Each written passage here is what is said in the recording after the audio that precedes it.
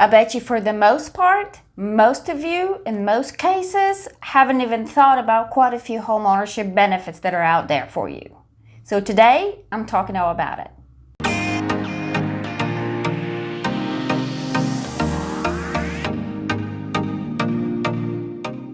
Hi, and thank you so much for watching today. If you're new to me in the channel, I'm Vicky Bryant, and I'm a local realtor here in Newnan, Georgia, and I love helping people buy and sell real estate in Coweta and Fayette County. And I also love talking about our local area and what's it like to live, play, and work around here. So if you want to find more about it, go ahead and hit that subscribe button and ring the notification bell. I post new videos weekly. So last week I did a video about all of the perks and things you get to enjoy while you're renting your place, and you don't have to worry about home ownership, which comes with its own costs. So if you want to check it out, go ahead and click that link over here on your screen, or I'm going to put a link down in the description box below so you can check it out yourself. This week, however, we're going to focus on what are the perks of being a homeowner. So for most people, homeownership is all about the freedom to do what I please with my own place without asking for permission consistently from my landlord. I can paint the walls black if I want, I can knock a wall, I can remodel the kitchen or the bathroom, I can put in a pool in my backyard, I can do whatever I want. The place is mine. Then you have those of you who are like, oh my God, this is such an accomplishment in my life. I've never had such a major purchase in my life, and I'm actually able to do it. That is awesome. So a sense of achievement is a great thing. And then you have those of you who are like, I'm having a baby and we're about to be parents, so I really need to settle down and place roots somewhere so my children can grow in a steady and safe environment. Those are great reasons as well, but honestly, most of you don't even think about all of the financial perks that you gain by actually being a homeowner. And you might think to yourself, wait a minute, I just spent thousands of dollars in mortgage and you're trying to tell me there's financial perks? Yes, that's exactly what I'm trying to tell you. So let's dive right into it. Number one, tax benefits. Remember how you're supposed to be paying property taxes? And your mortgage note that you just obtained with all of the debt on your name? Well, guess what? That mortgage interest and the property taxes are tax deductible at the end of the year for you because you are a homeowner. It's kind of like the government's way to subsidize and make homeownership more appealing to you, so to speak. And especially in the early years of your loan, when you're paying more towards your interest rather than the principal on your note, you're going to get to reap higher benefits on your tax return every year. Number two, price appreciation. Historically, it's proven that property values are increasing, and that's with about 3.5% from 1997, I think, until 2009.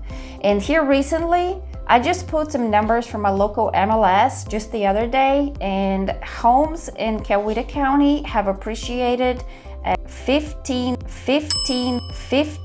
yes, that was it. It was 14.7%. So about 15% appreciation for the homes in Coweta County for just 1 year.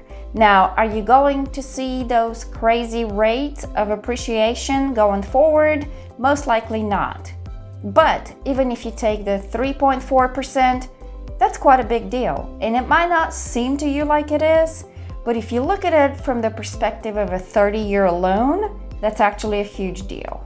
Why is that? Because a home that you purchase at $200,000, for example, and that home continues to appreciate for 30 years with just 3.4%, it's going to cost about $575,000 at the end of the 30 years. Now, I know most of you are probably not going to spend all of your lives in one home. You probably will move from one home to another multiple times throughout your life.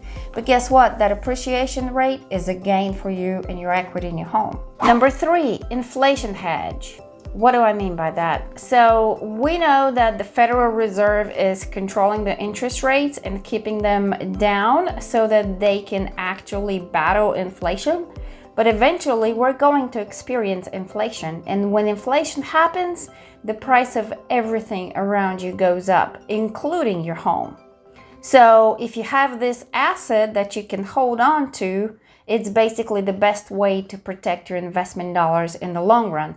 That's exactly why investors buy so many homes in the United States, because it's a great way to hedge inflation. Number 4, credit builder. Did you know that payment history in your debt makes up the larger portion of your FICO score, about 35%? And this is what lenders look at when they're trying to decide how much money to loan you, at what interest rate, and on what terms. So that's pretty important. If you continue to make your mortgage payments on time, your FICO score will start going up. And as your mortgage balance goes down, your FICO score will continue to increase. So that's, in essence, a great way to build your credit. Number 5, equity builder. Equity is the amount of house that you actually paid for already and you own outright. For example, when you purchase a home and you put some money down, like let's say you put 20% down on your purchase, and this is exactly the amount of equity that you instantly gain into your home, the amount of your down payment, because that's money you placed upfront towards your home. So equity, in an essence, is the difference between your home's value and your mortgage balance. So every mortgage payment that you make, you're about to start growing your equity more and more, especially later on into your loan, and that will give you more purchasing and borrowing power. Which brings me to my next point, borrowing power. Now, it may sound a little controversial because you just borrowed enormous amount of money to purchase your home, but remember, real estate is a long-term game. You're in this home for at least 5 to 6 years. The longer you stay, the more equity you gain. So that equity gives you more borrowing power. You can actually take on a second mortgage in the form of a credit line, home equity credit line, or home equity loan with much more favorable interest rate, and you can fund your kids' college education, or you can remodel your kitchen, or you can remodel your backyard, or you can invest it into a second home that you can turn into an investment property. The possibilities are endless so long as you do it the smart way. Number 7, easy savings plan. You're already paying your mortgage every month like clockwork on time. So this is basically the easiest form of being able to save money. And I know a lot of us are having a very hard time trying to save a few dollars here and there. But when you do have your home, you don't have to worry about this because it accumulates into your house every month without you even thinking about it, like on autopilot. Well, you can actually supercharge this very easy. If you can just do one extra payment a year towards your mortgage, instead of 12 payments, just shoot for 13 payments a year. From the very beginning you move into your house, you probably would save thousands of dollars in interest, and you're going to shorten the life of your loan. By how much? It really depends on how much you put into it. But I've included a little nifty calculator down here so we can play with the numbers and kind of see how much of a savings you can see over the life of your loan if you just do that one simple thing. Check out that description box below. Number 8, move up power. What does that mean? Okay, so according to NAR, which is the National Association of Realtors, first-time home buyers on average put about 3% down payment on their home, as opposed to repeat buyers who put around 22% down payment on their home. How do they make that happen? Well, the longer you stay in your place, the more equity you gain, and when you're ready to sell the place, you actually net more money into your pocket. That money can be used to be put towards your next home or whatever else your financial goals are. Number 9, capital gains. What is capital gains? That is a tax on return on investment. And I'm not an investor here, so I'm not going to go into the details, but basically when you invest money in something and you generate a return on your money and on your investment, whatever that return is getting taxed by a capital gains tax. The same applied for houses as well. So every time you sell a house, once upon a time, you had to pay a capital gains tax. But thank God for the Taxpayer Relief Act from 1997.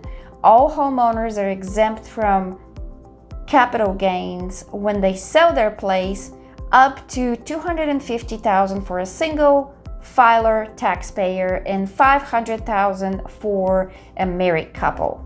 So what does that mean in plain English? It means that when you're getting ready to sell your place, you don't have to pay capital gains provided that the proceeds of your sale are not over $250,000 if you're a single individual and $500,000 if you're a family.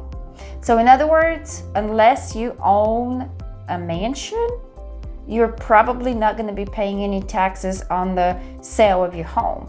So that's a good thing because it saves a bunch of money when we're talking about hundreds of thousands of dollars. So those are the 9 financial benefits of owning a home that most of you, for the most part, don't even think about it. Don't get me wrong, non-financial benefits are important, but you also need to know how you can leverage your home to achieve your goals in life in general.